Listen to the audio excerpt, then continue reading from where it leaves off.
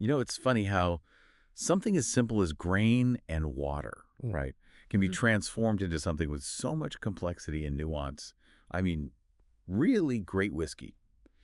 And that's what we're diving into today, the world of award-winning whiskey, with some help from the pros over at the LA Spirits Awards. Yeah, the LA Spirits Awards are really onto something because their judges, they're kind of like the next generation of whiskey experts. They're looking for the bottles that really push the boundaries. You know Mm. what I mean? Like the ones that represent the cutting edge of flavor. I love that because with those kinds of experts, we're not just talking about the same old classics. This is about finding some really exciting and unexpected bottles. And that's what I love about these deep dives. You never know what you're going to find. So should we just jump right in? Let's do it. Okay. First up, we're heading to Redwood Country with the Emerald Giant Rye Whiskey from Redwood Empire. And I have to say, the name alone has me ready for a road trip. Haha.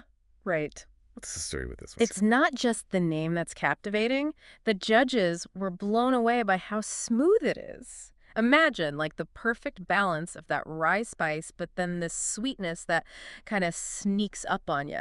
They loved how you can drink it neat or mix it in a cocktail. It just And works. that's cool. I noticed they said that it doesn't really need water, but it handles it well. I love that. Yeah, It's like this whiskey knows it's good. Like with or without water, it's going to be delicious. exactly. It speaks to a certain depth of flavor. You know it can hold its own.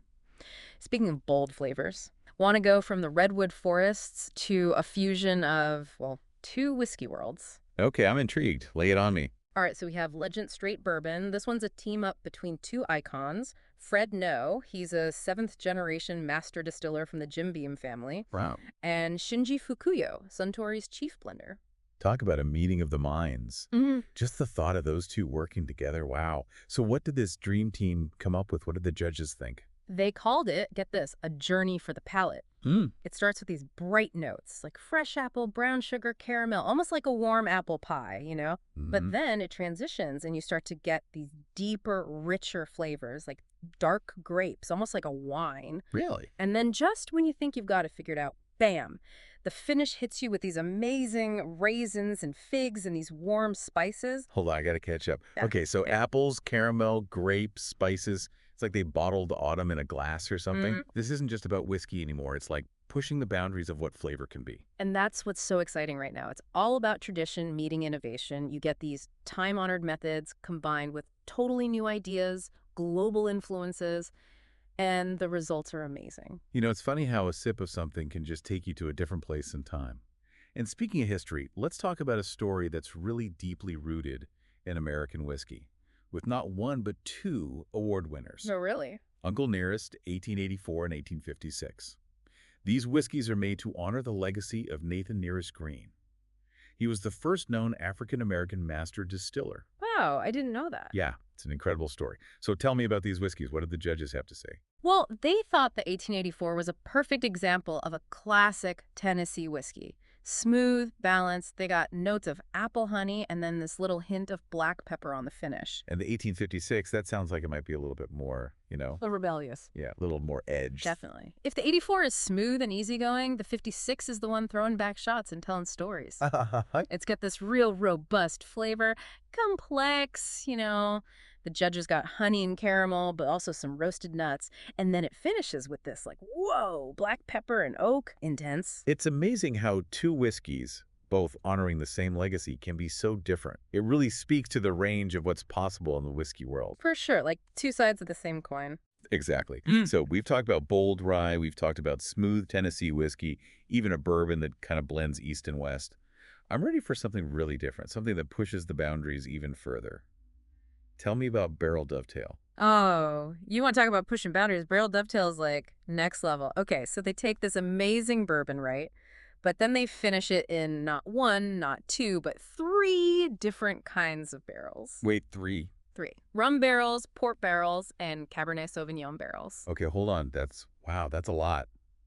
Did it work? What'd the judges think? They called it a symphony of flavors, which, when you think about everything going on in that bottle, makes sense. I can only imagine. What did they actually taste? So think about this. You get those ripe berries from the rum barrels, then the caramel and molasses kind of come through, but then you get this hint of vanilla, a touch of nutmeg, it's layered, all those flavors working together. Man, that sounds incredible, like an explosion in your mouth.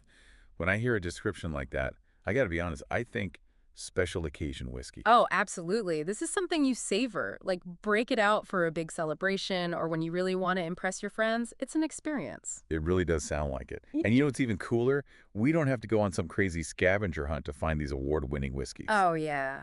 Tell me more. So there's this place in Burbank, Fancy Free Liquor, Okay. and they're known for having a really curated selection, all premium stuff. And I hear they have the best customer service. Oh, I like that. Sometimes you just want someone to point you in the right direction. Especially with whiskey, there's so much out there. Exactly. And here's the best part. Fancy Free Liquor, they've actually partnered with the LA Spirits Awards. So Oh. they're going to be showcasing a lot of these whiskeys, the ones we've been talking about. Mm.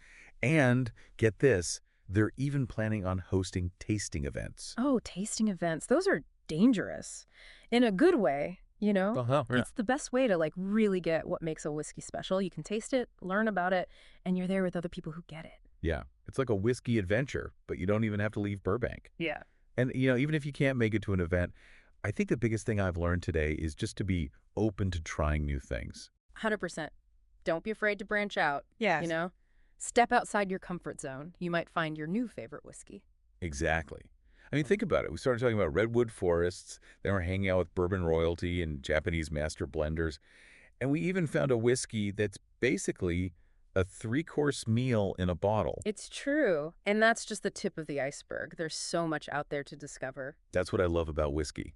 There's something for everyone, whether you like it spicy, smooth, or something completely out of left field. You said it. So next time you're, actually looking for a drink, something special, remember what we talked about today.